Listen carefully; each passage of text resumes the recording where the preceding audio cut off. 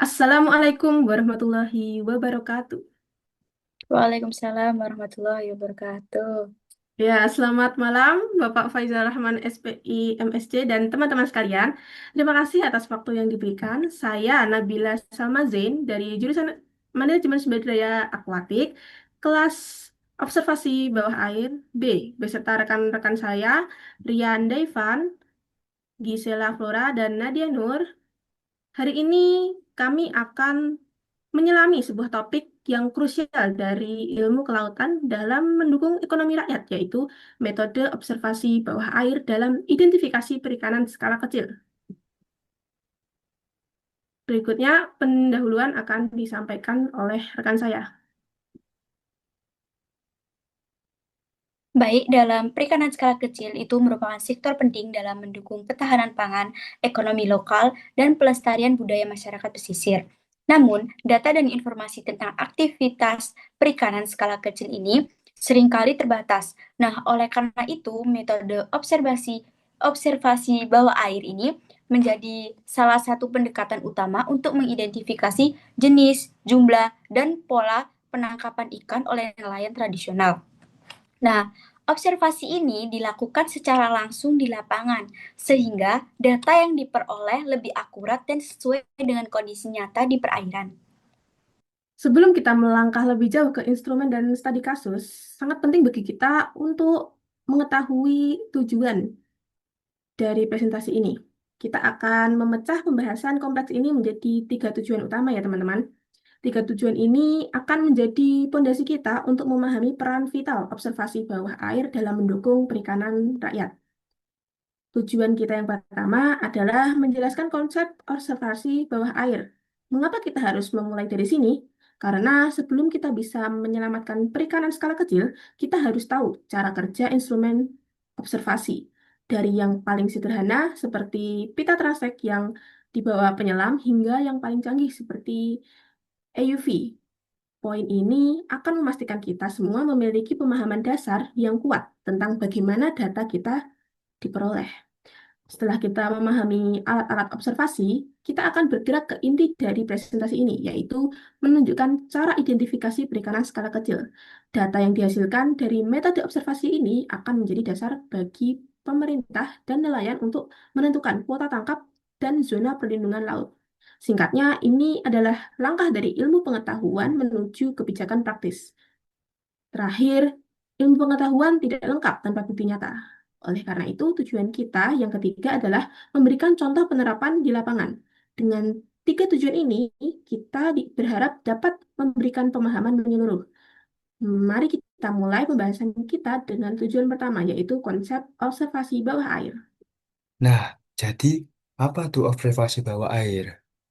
Nah, observasi bawah air yaitu metode pengumpulan data yang dilakukan eh, dengan terjun langsung ke lokasi perikanan. Nah, metode ini tuh melibatkan pengamatan visual, pencatatan hasil tangkapan, serta pengukuran parameter lingkungan seperti suhu, salinitas, dan kedalaman. Nah, observasi dapat dilakukan dengan cara snorkeling, menyelam, atau menggunakan alat bantu seperti kamera bawah air dan GPS.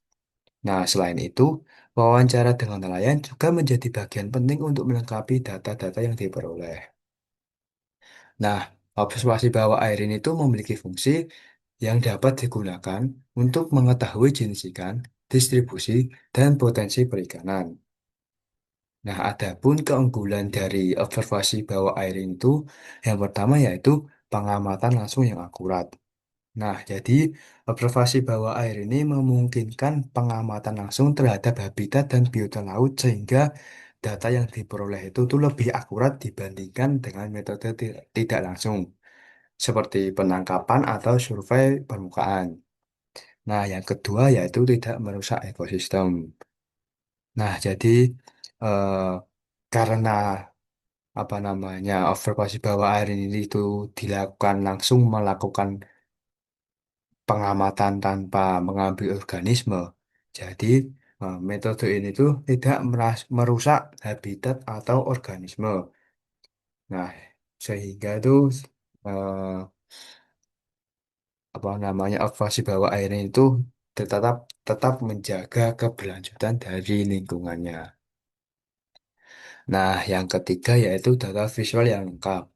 Nah, penggunaan kamera bawah air dan teknologi ROV dapat menghasilkan visualisasi gambar dan video yang detail. Nah, visualisasi tersebut itu memberikan informasi lengkap tentang kondisi ekosistem dan perilaku organisme bawah laut. Nah, adapun dari observasi bawah air tadi itu terdapat beberapa permasalahan yang dihadapi. Nah, yang pertama yaitu keterbatasan sumber daya manusia. Nah, jadi eh, keterbatasan sumber daya yang terampil dalam penggunaan peralatan canggih serta analisis data hasil observasi yang kompleks itu tuh masih eh, sangat terbatas. Jadi sumber daya manusianya itu yang yang terampil dalam penggunaan alat-alat observasi itu masih terbatas.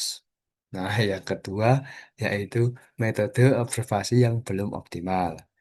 Nah, jadi em, nelayan skala kecil itu cenderung menggunakan metode observasi dan identifikasi yang masih sederhana dan biasanya itu berdasarkan pengalaman turun-temurun tanpa adanya dukungan teknologi modern. Jadi itu mengakibatkan ketidakakuratan dan ketidakoptimalan dalam identifikasi. Nah, terus si nelayan skala kecil itu jarang sekali memakai GPS atau teknologi penentuan lokasi. Jadi informasi lokasi tangkapan itu masih kurang tepat atau kurang detail. Nah, yang ketiga yaitu peralatan dan teknologi yang terbatas. Nah, keterbatasan alat observasi bawah air yang canggih seperti kamera bawah air, sonar, dan ROV yang ini tuh harganya mahal dan memerlukan perawatan serta operator yang berpengalaman. Nah, jadi itu eh, kamera-kamera seperti ROV, terus sonar gitu tuh perlu eh, masih memerlukan operator yang berpengalaman sehingga ditemukan solusi alternatif dari adanya eh, apa kamera bawah air tersebut seperti penggunaan kamera GoPro yang biasanya itu sering digunakan karena kamera GoPro itu lebih murah dari ROV dan sebagainya. Nah, yang keempat yaitu kondisi lingkungan dan gelapnya air. Nah, air air yang keruh itu biasanya diakibatkan dari sedimentasi, lumpur, atau pencemaran. Nah, sehingga itu dapat mengurangi jarak pandang, sehingga observasi dan identifikasi organisme atau habitat itu menjadi sulit. Nah, kedalaman perairan yang tinggi juga itu tuh meningkatkan tekanan yang harus dihadapi oleh penyelam dan maupun alat-alat observasi bawah air. Nah, sehingga kita tuh memerlukan peralatan yang khusus gitu. Nah, terus arus air yang kuat dan kondisi cuaca yang buruk seperti gelombang yang tinggi, terus ada hujan dan juga angin kencang. Itu pun juga dapat menghambat kelancaran dan keselamatan observasi bawah air. Nah, yang kelima ini waktu dan biaya. Nah, observasi bawah air ini memerlukan dana dan juga waktu yang cukup besar. Nah, kendala pendanaan ini tuh sering banget terjadi dan menjadi pembatas utama penelitian atau pemantauan perikanan skala kecil. Baik, yang selanjutnya yaitu teknik pengumpulan data.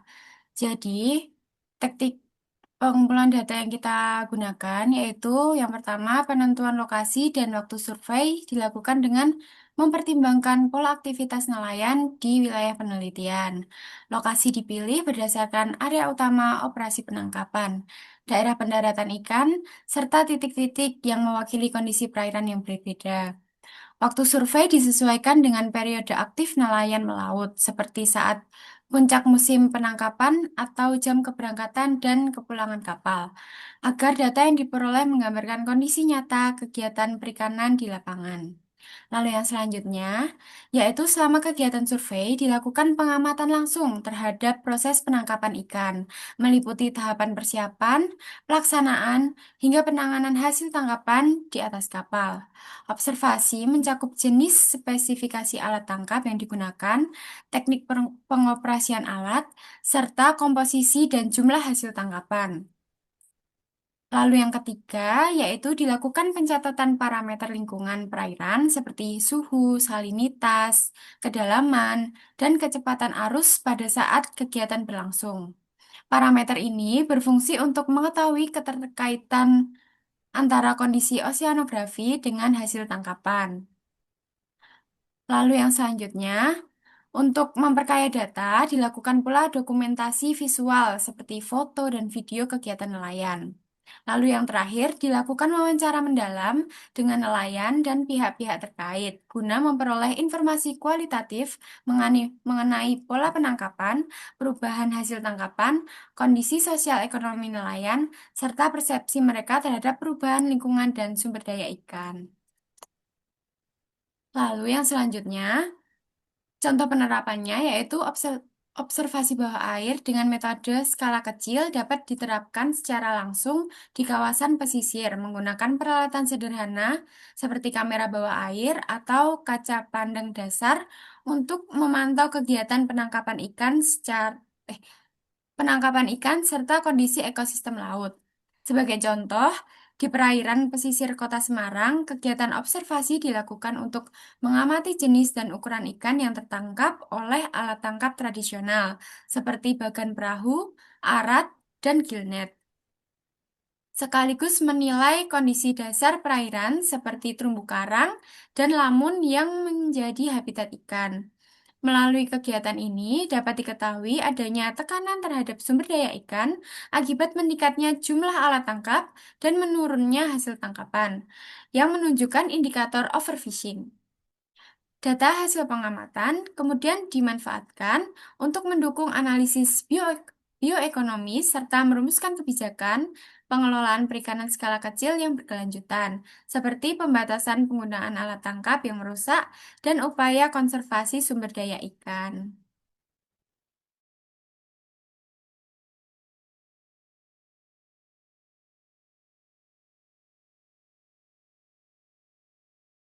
Baik, saya di sini akan menjelaskan tentang kesimpulan yang dari teman-teman yang sudah menjelaskan. Jadi di sini observasi dengan metode skala kecil itu pendekatan yang efektif untuk memperoleh data langsung dari lapangan dengan cara sederhana, murah, dan mudah diterapkan di lingkungan pesisir. Seperti tadi contohnya yang di Semarang itu. Nah, melalui metode ini, peneliti itu dapat mengamati secara nyata kondisi ekosistem perairan, aktivitas penangkapan ikan, serta dampak penggunaan alat tangkap terhadap sumber daya ikan dan habitatnya. Nah, hasil observasi tersebut itu berperan penting dalam memberikan gambaran awal mengenai kondisi perikanan dan membantu dalam mengambil keputusan pengelolaan berkelanjutan, terutama bagi perikanan skala kecil yang rentan terhadap tekanan eksploitasi dan perubahan lingkungan. Baik, sekian presentasi dari kami. Kurang lebihnya mohon maaf. Semoga ilmu ini bermanfaat. Wassalamualaikum warahmatullahi wabarakatuh.